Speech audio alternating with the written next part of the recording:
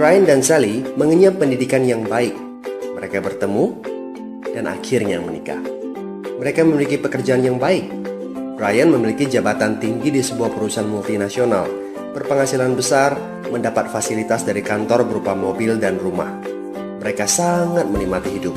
Sering nongkrong bersama di coffee shop sepulang kantor, nonton di bioskop, mampu membeli baju dan tas yang matching, dan pergi berlibur sesekali.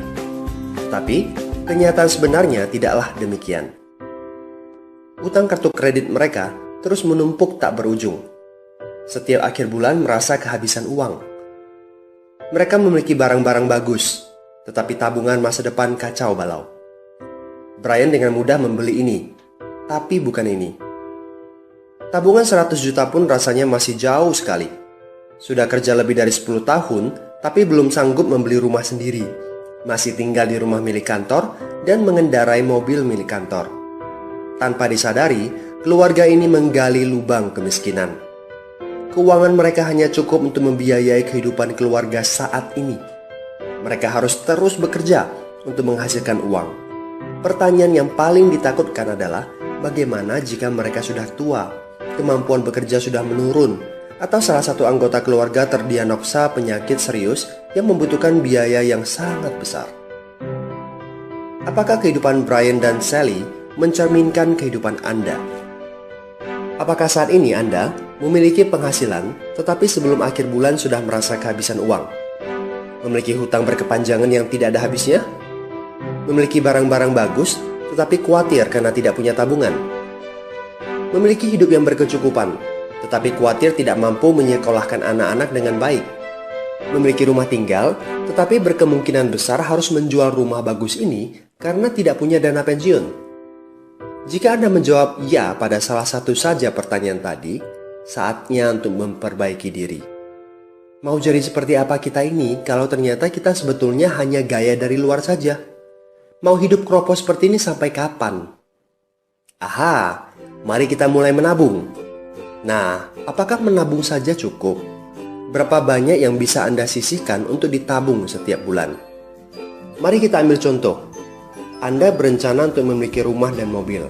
Katakanlah harga rumah 600 juta dan harga mobil 200 juta. Jika Anda mampu menabung 5 juta per bulan, Anda membutuhkan 13 tahun untuk mendapatkan angka 800 juta. Masalahnya, inflasi membuat harga rumah dan mobil melambung tinggi. 800 juta akan menjadi 2,7 miliar 13 tahun kemudian. Jika kita asumsikan rata-rata kenaikan barang 10% per tahun. Ini masih soal impian untuk membeli rumah dan mobil. Padahal, masih banyak kebutuhan lain yang perlu dipersiapkan jika ingin hidup lebih baik. Bagaimana dengan persiapan dana hari tua? Agar di saat tua dan tidak sanggup bekerja lagi, Anda punya tabungan yang cukup untuk kebutuhan sehari-hari. Asuransi untuk keluarga? Dana pendidikan untuk anak-anak?